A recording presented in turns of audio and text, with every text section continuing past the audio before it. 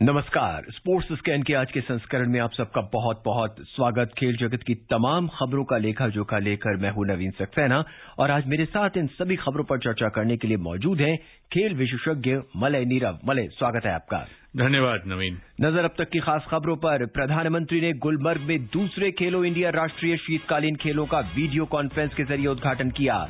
भारतीय मुक्केबाजों ने स्ट्रांजा मेमोरियल मुक्केबाजी टूर्नामेंट के सेमीफाइनल में पहुंचकर पदक पक्के किए। भारत तीसरे क्रिकेट टेस्ट मैच में इंग्लैंड पर जीत के साथ वर्ल्ड टेस्ट चैंपियनशिप के फाइनल में शीर्ष पर पहुंचा और ऑलराउंडर यूसुफ पठान ने अंतर्राष्ट्रीय और घरेलू क्रिकेट से संन्यास की घोषणा की।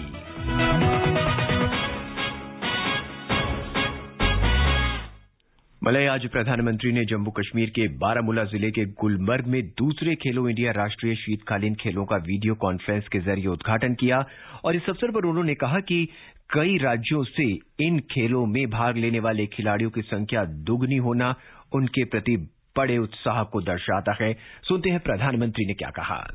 खेलो इंडिया विंटर गेम्स का दूसरा संस्करण शुरू हो रहा है। भारत की प्रभावी उपस्थिति के साथ ही जम्मू कश्मीर को इसका एक प्रमुख हब बनाने की तरफ बहुत बड़ा कदम है। मैं जम्मू कश्मीर को और देश भर से आए सभी खिलाड़ियों को बहुत बहुत शुभकामनाएं देता हूं। देश के अलग अलग हिस्सों से आए आप सभी खिलाड़ी एक भारत श्रेष्ठ भारत इस भावना को भी मजबूत कर रहे हैं। मलय, शीतकालीन खेल भारत में एक नया रूप देखने को मिलेगा भारतीय खिलाड़ियों को। जी, दूसरा संस्करण है ये और 27 राज्यों के 1200 से अधिक खिलाड़ी इसमें हिस्सा ले रहे हैं। 27 राज्यों के, जबकि देखिए अगर आप देखें कि जहां ये खेल होते हैं शीतकालीन खेल, उनमें जम्मू कश्मीर, लद्दाख, अरुणाचल प्रदेश, सिक्किम और उत्तराखंड और उसके अलावा एक हिमाचल प्रदेश, यही राज्य हैं जहां ये खेल हो सकते हैं, क्योंकि जहां बर्फ पड़ती है वहीं खेल हो सकते हैं। तो ऐसे में इतनी बड़ी संख्या में खिलाड़ी वहां जा रहे हैं, ये बहुत बड़ी बात है। और पिछले कुछ दिनों में बहुत ही इन खेलों पर, खासकर जो इस तरह के खेल हैं जिनमें alpine skiing, Nordic skiing, snowboarding, ski पर्वतारोहण, आइस हॉकी और आइस स्केटिंग, इन सब पर बहुत जोर दिया गया है। और इसको प्रधानमंत्री ने जिस तरह से इसको आगे बढ़ाया है और जो उनका संदेश है, जिस तरह से उन्होंने कहा कि खिलाड़ी जब आत्मविश्वास की भावना के साथ वहां उतरता है तो खेल का काम सिर्फ खेल में जीतना और हारना नहीं होता, वो एक आत्मनिर्भर भारत का ब्रांड एम्बेसडर बनकर भी वहां जाएगा। तो इस तरह से ये बहुत बड़ी बात है। और मलय, जिस तरह से इस टूर्नामेंट में खिलाड़ी भाग ले रहे हैं, इस शीतकालीन उत्सव में, शीतकालीन खेलों में, उन्हें देख के ऐसा लग रहा है जैसे उत्तर पूर्व के जो खिलाड़ी थे हमारे, वो शायद बहुत इंतजार में थे कई वक्त से इस खेलों का। जी बिल्कुल। देखिए, मैंने कहा जिस तरह से कि अरुणाचल प्रदेश और सिक्किम, ये दो धीरे धीरे इनका काफी विकास हो रहा है शीतकालीन खेलों के लिए, और वहां के खिलाड़ी पूर्वोत्तरी राज्यों के खिलाड़ी भी यहां हिस्सा लेने के लिए बिल्कुल बेताब थे। और कश्मीर तो है ही, साथ में हिमाचल प्रदेश के खिलाड़ी भी हैं। और अगर आप देखें जिस प्रकार से भारत में कुछ समय से ये चलता आ रहा है, और मुझे याद आता है कि शिवा केशवन एक ऐसा नाम है जिन्होंने अंतर्राष्ट्रीय मीट्स जब हुए विंटर स्पोर्ट्स के, उनमें भी उन्होंने पदक जीता है, एशियाई चैंपियन कई बार बने हैं। तो इस तरह से जब इस तरह से खेल को बढ़ावा मिलेगा और गुलमर्ग को इसका केंद्र बनाया जा रहा है, उत्कृष्ट खिलाड़ी पैदा करने के लिए 20 सेंटर्स जम्मू कश्मीर में बनाए जा रहे हैं, तो इससे बहुत ही बल मिलेगा, बहुत बढ़ावा मिलेगा इस खेल को, और एक नई खेल भावना का संचार अपने आप में ही बहुत बड़ी चीज है। जी, और आकाशवाणी का स्पोर्ट्स स्कैन इन खेलों पर लगातार नजर बनाए हुए है। और अब आपको सीधे लिए चलते हैं क्रिकेट के मैदान पर। भारत ने तीसरे टेस्ट में इंग्लैंड को 10 विकेट से हराने के साथ ही आईसीसी वर्ल्ड टेस्ट चैंपियनशिप यानी WTC के फाइनल में पहुंचने की अपनी दावेदारी मजबूत कर ली है। भारत अब वर्ल्ड टेस्ट चैंपियनशिप में शीर्ष पर पहुंच गया है। भारत को फाइनल में पहुंचने के लिए अगला मैच कम से कम ड्रॉ कराना होगा। वहीं इंग्लैंड के WTC यानी आईसीसी वर्ल्ड टेस्ट चैंपियन के फाइनल में पहुंचने की उम्मीदें लगभग खत्म हो गई है। कल के मैच के बारे में क्या कहेंगे? देखिए, कल का मैच भारत के लिए तो बहुत अहम था। जैसा आपने अभी बताया कि अगर भारत अगला मैच भी जीतता नहीं है और ड्रॉ नहीं करा पाता है तो वो फाइनल में नहीं खेल पाएगा न्यूजीलैंड के विरुद्ध। तो ये सोचकर भारतीय खिलाड़ियों ने अच्छी तैयारी की थी। दो तरह की बातें चल रही हैं। एक तरह की बात तो ये चल रही है कि जहां यहाँ की जो पिच थी, जिनमें 30 विकेट में अगर 28 विकेट स्पिनर्स को मिलते हैं तो इससे पता चलता है कि पिच कैसी थी और धूल उड़ रही थी। पहले दिन ही धूल उड़ रही थी और दूसरे दिन का खेल जब देखा गया तो बॉलर्स के फुट मार्क्स इतने गड्ढे हो गए थे, वगैरह वगैरह, ये सारी बातें हुई। मगर देखिए, इसी पिच पर जैक क्रॉली ने और रोहित ने, दोनों ने अर्धशतक बनाया। तो सुनील गावस्कर की बात मैं सुन रहा था, वो कह रहे थे कि पिच को दोष देना उचित नहीं है क्योंकि जब इस पिच पर दो खिलाड़ी अच्छा खेल सकते हैं तो एप्लीकेशन की कमी कहीं ना कहीं जरूर रही। और ये बड़ी पुरानी शिकायत है, खासकर जब भारत में टीमें आती हैं तो हम कहते हैं कि यहाँ स्पिनिंग ट्रैक्स होते हैं। मगर ये मत भूलिए कि जब भारत की टीम न्यूजीलैंड जाती है, ऑस्ट्रेलिया जाती है, इंग्लैंड जाती है, वहां ग्रीन टॉप्स उसको दिए जाते हैं। तो जब आप अंतर्राष्ट्रीय स्तर पर खेलते हैं तो आपको इसके लिए तैयार होना चाहिए कि आपको हर तरह के आंगन में नाचना आना चाहिए। अगर नाच न जाने आंगन टेढ़ा बोलते रहिएगा तो अंतर्राष्ट्रीय स्तर पर आप नहीं चल पाइएगा। भले ही बॉल स्पिन कर रही थी, दोनों तरफ स्पिन कर रही थी, लेकिन अगर जो रूट के स्टेटमेंट सुने तो वो कह रहे थे कि हमारे बल्लेबाज तो सीधी गेंदों पर आउट हुए। बिल्कुल, इसका मतलब कहीं ना कहीं टेक्निकल फॉल्ट था। बिल्कुल था, क्योंकि देखिए अक्षर पटेल की गेंदबाजी को अगर आपने ध्यान से देखा हो तो जो स्ट्रेटर वन डालते थे वो बीच में यदा कदा, उस पे विकेट उनको मिलते रहे लगातार। 11 विकेट उन्होंने लिए इस मैच में।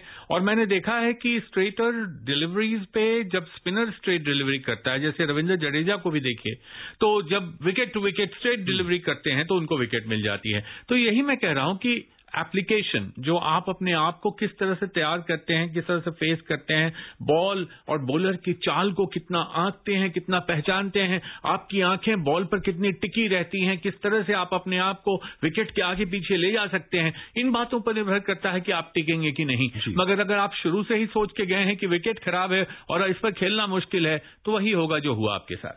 भारतीय बल्लेबाजी, भारत के पास 2 स्पिनर थे, बहुत मंझे हुए स्पिनर थे। हालांकि अश्विन के पास एक बहुत बड़ा रिकॉर्ड था, अक्षर पटेल नहीं आए थे, लेकिन इन दोनों स्पिनरों ने पूरे इंग्लैंड की टीम को ढा दिया।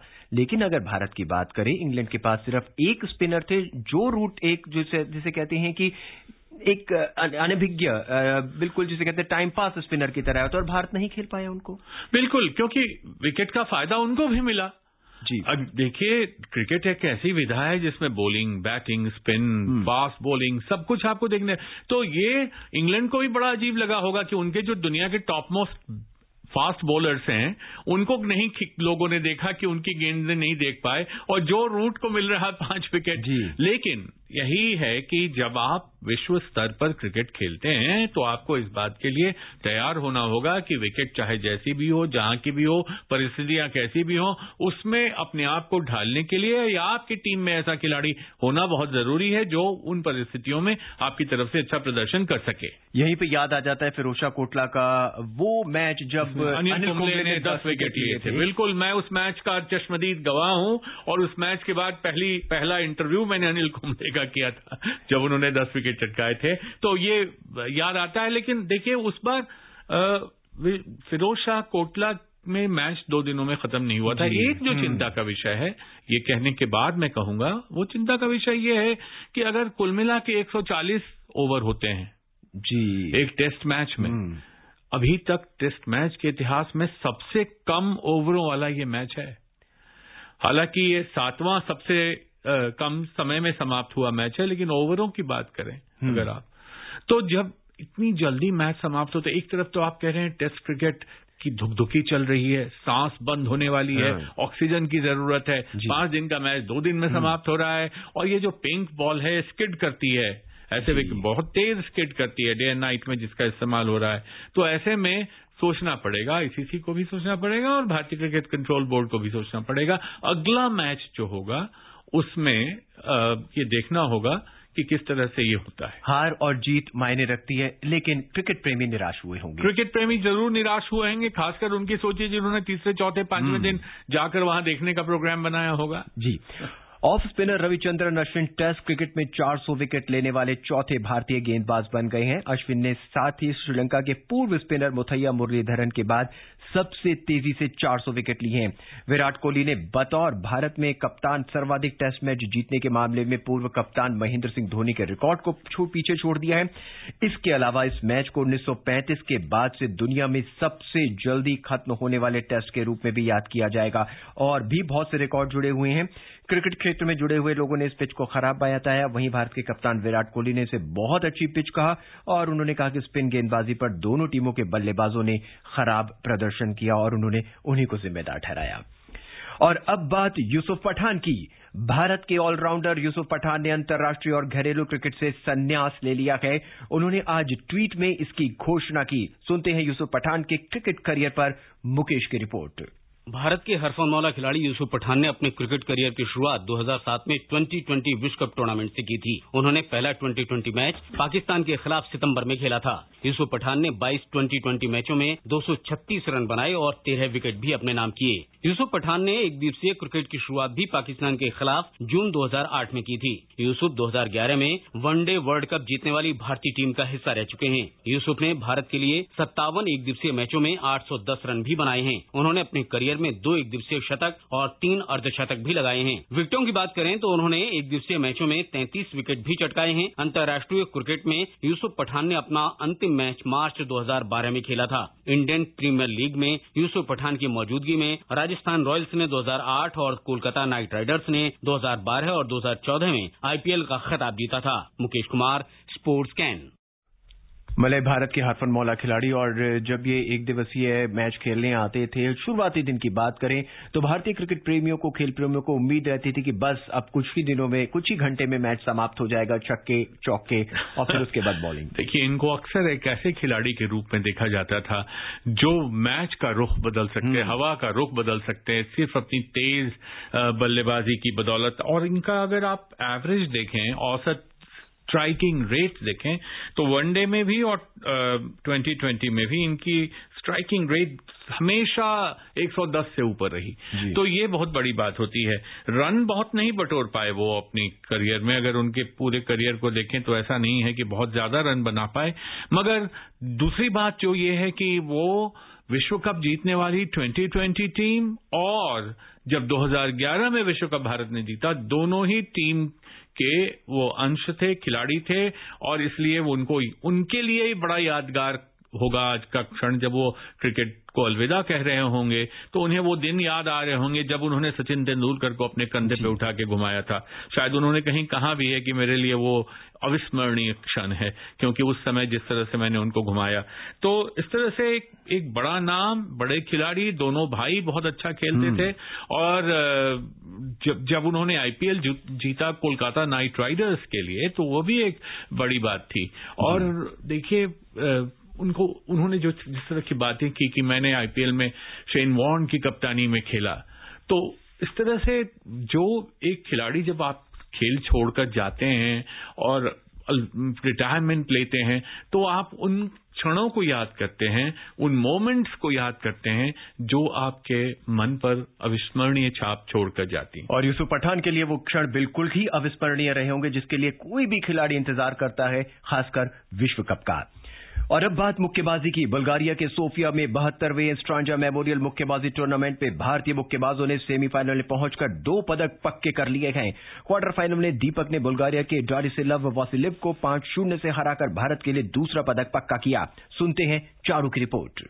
स्ट्रांजा मेमोरियल मुक्केबाजी टूर्नामेंट में दीपक कुमार 52 किलोग्राम भार वर्ग और नवीन पूरा 69 किलोग्राम भार वर्ग के सेमीफाइनल में पहुंच गए हैं। सेमीफाइनल में एशियाई चैंपियनशिप के रजत पदक विजेता दीपक का मुकाबला रियो ओलंपिक चैंपियन उज्बेकिस्तान के शाखोबिदिन जोइरोव से होगा। इससे पहले कल नवीन वूरा ने अपना मुकाबला जीतकर सेमीफाइनल में जगह बनाई थी। सेमीफाइनल में नवीन का सामना एशियाई खेलों के स्वर्ण पदक विजेता उज्बेकिस्तान के बोबो उस्मोन बातुरोव से होगा। वहीं महिला वर्ग में ज्योति गुलिया 51 किलोग्राम और भाग्यवती कचारी 75 किलोग्राम को क्वार्टर फाइनल मुकाबले में हार का सामना करना पड़ा। गुलिया को रोमानिया की लाचरा मोएरा पारिजोक ने और कचहरी को अमेरिका की नाओमी ग्राहम ने 5-0 से हराया। पुरुष वर्ग में मनजीत सिंह को 91 किलोग्राम में आर्मेनिया के गुरजेन हावनियनसन ने क्वार्टर फाइनल में पराजित किया। Charu Saxena, sports scan.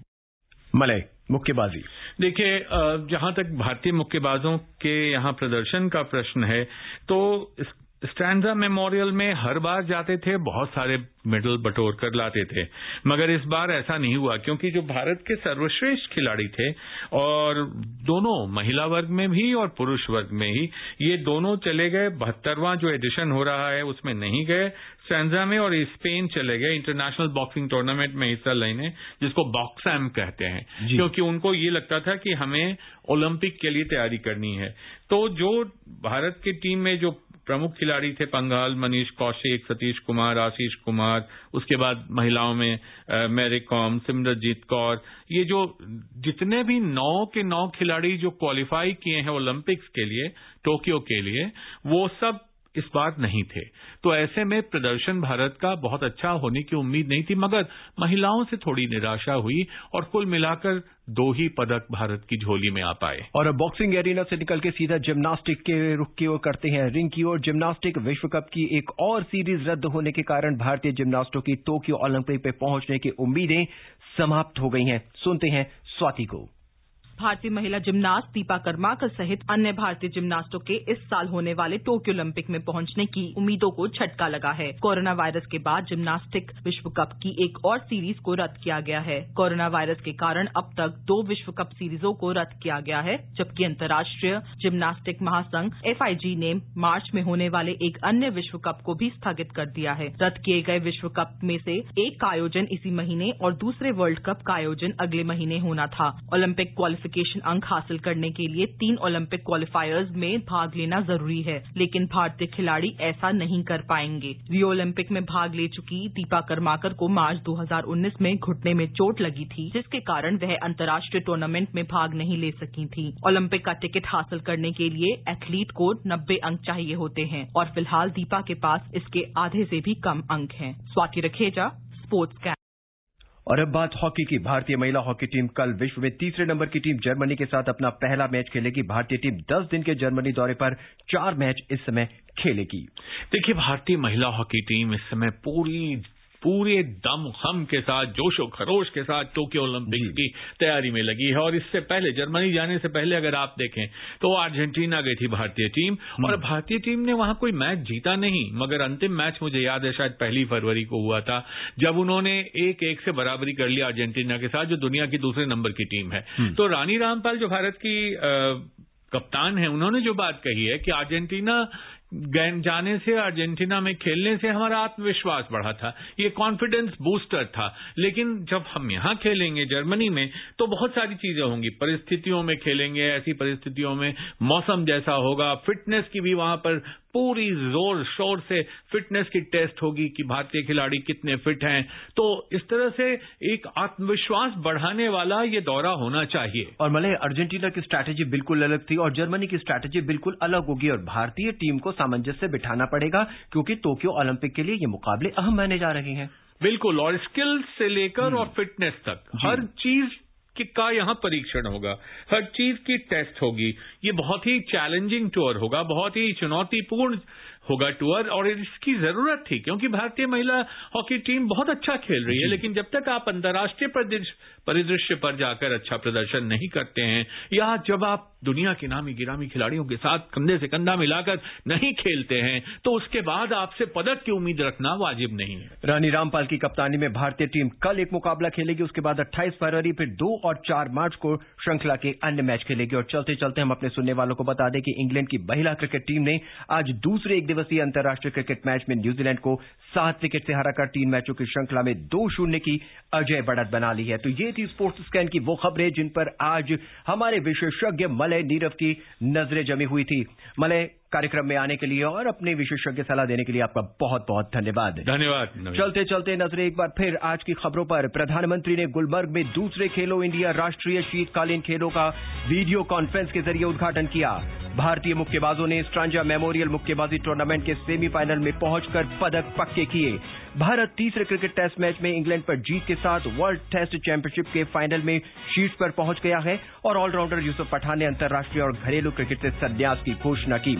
आज के इस अंक में बस इतना ही। कल 7:20 पर फिर मुलाकात होगी। मुझे यानी नवीन को दे इजाजत। नमस्कार।